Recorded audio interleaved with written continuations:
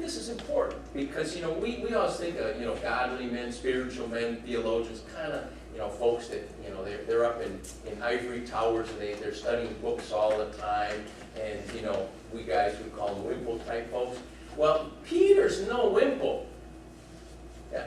He's out in that boat every single night. Now, the Sea of Galilee, the temperature there in the wintertime, it gets down to the low 40s at night.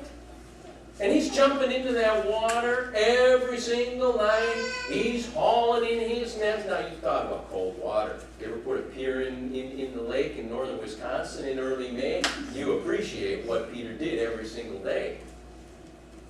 So this is a manly man. This is a guy who's no nonsense. He's not one of these pie-in-the sky, philosophical type guys. He's a guy who's slugging it out day in and day out. You shake hands with him, man, and you're shaking a big callous claw. That's what you're doing. You look at him, and his skin is weather-beaten by the sun and by the cold and so on. So that was his life. Every day, out probably at dusk and in at dawn, cleaning the fish, fixing the nets, and then somebody else sold the fish. Maybe this isn't interesting to you, but I thought you might want to know what kind of fish he caught.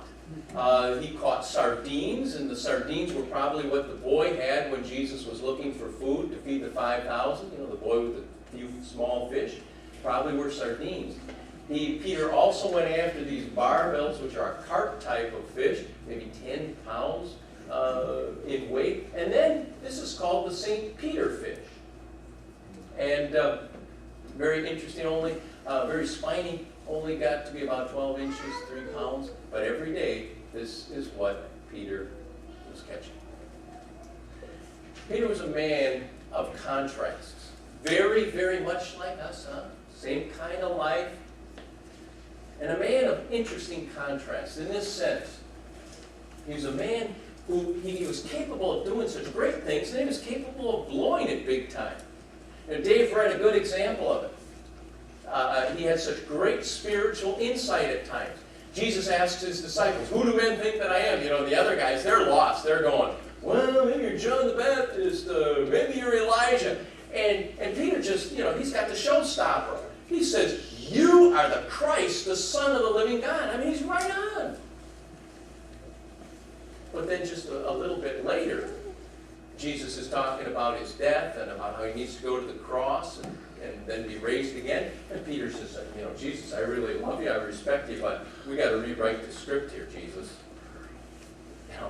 Talk about contrast. He knows who Jesus is, and then he tells Jesus he can't do what he came to do.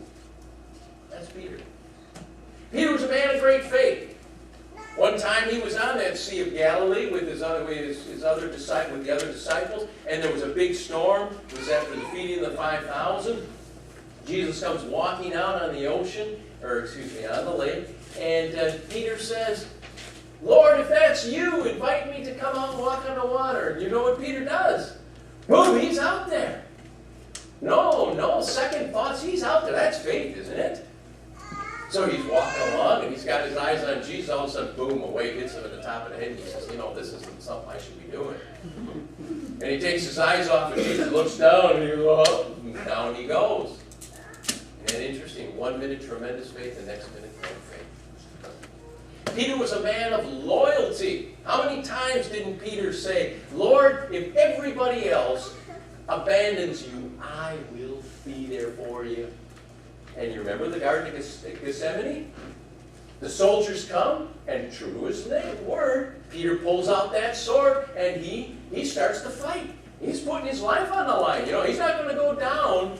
He's not going to get arrested. He's going to give his life for Jesus. Now, that wasn't the right thing. Jesus told him it wasn't the right thing to do at that moment. But he does put his money where his mouth is. Tremendous loyalty, right? But then what does he do 3 or 4 hours later? A little girl by the fire comes up and says, "You're one of the people that follow Jesus." And what does he do? He calls down curses and says, "I do not know." What does this all tell us? Well, it tells us that this Peter's just like us. Sometimes we've got it under control. Sometimes everything's falling apart. We don't know which end is up, and we do just the worst things. And this is the kind of guy that God took and used to become one of the pillars of the early church. This is a practical man through whom the Holy Spirit worked to give messages for folks like us in 2010. He's got a lot to say to us. Now, what was the situation in which he lived? Well, it was really defined by this man, a man by the name of Nero. He was the 5th Roman emperor. The emperors began just a little bit before Christ with probably, or maybe could be, the greatest political administrator of all time, Caesar Augustus. He established what's called the Roman peace, which survived for hundreds of years. And he was followed by Tiberius, who was very able. But then Caligula came, and he was a little wacko. Claudius came. He was on the ball, but he was manipulated by women. So that, made him a little bit incompetent. And then comes Nero. Now, Nero, he took the throne at about 16. And the only reason, he wasn't in line, but the only reason that he became emperor, his mother had this incredible knack for marrying important people, poisoning them, getting away with it, and marrying the next powerful man.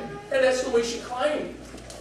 And she ended up marrying Claudius. They're pretty sure she poisoned Claudius and had Nero made emperor. Nero did a great job for 5 years because he let his counselors take care of business, a guy by the name of Seneca. But then a woman by the name of Poppaea, however you want to pronounce it, somebody else's wife, of course, has an affair with him and says, well, come on, man, these guys are playing you for a fool. You're just a puppet. You got to take this empire and make it something. You got to define your rule, leave your legacy. And he wasn't smart enough to leave things the way they were. He said, she's speaking the truth. And from there, things fell apart. The Roman Empire was at the height of its power, but already the cracks of its destruction and decay were starting to appear, and he just broadened them. The one word that you can use to describe Nero's reign is extravagant. The man was extravagant in everything. His parties, his music, his cruelty, his spending programs, and his sexual life. I mean, the guy was without limits. He would, as if he didn't have enough women as it was, he would disguise himself and go out and just go to the low-class houses of prostitution. That was a Good Friday night for him. He was homosexual. He even had an affair with his wife. So you say, you think, oh, we're so sexually advanced today. There isn't anything that people are doing today that they haven't been doing for how many thousands of years. And Nero's an example of that. Well, things do. They go from bad to worse when he really takes over. He valued the currency and to try to balance his budget, and things really started to degenerate. And then came July 18th, 64 AD. A devastating fire breaks out in Rome, and it ravages an area of lower income housing and a business area. And it goes on for 2 days. And the folks that suffered most from this fire were not the people who had money to go stay in a hotel for 3 months while their house was rebuilt. They didn't have any money at all.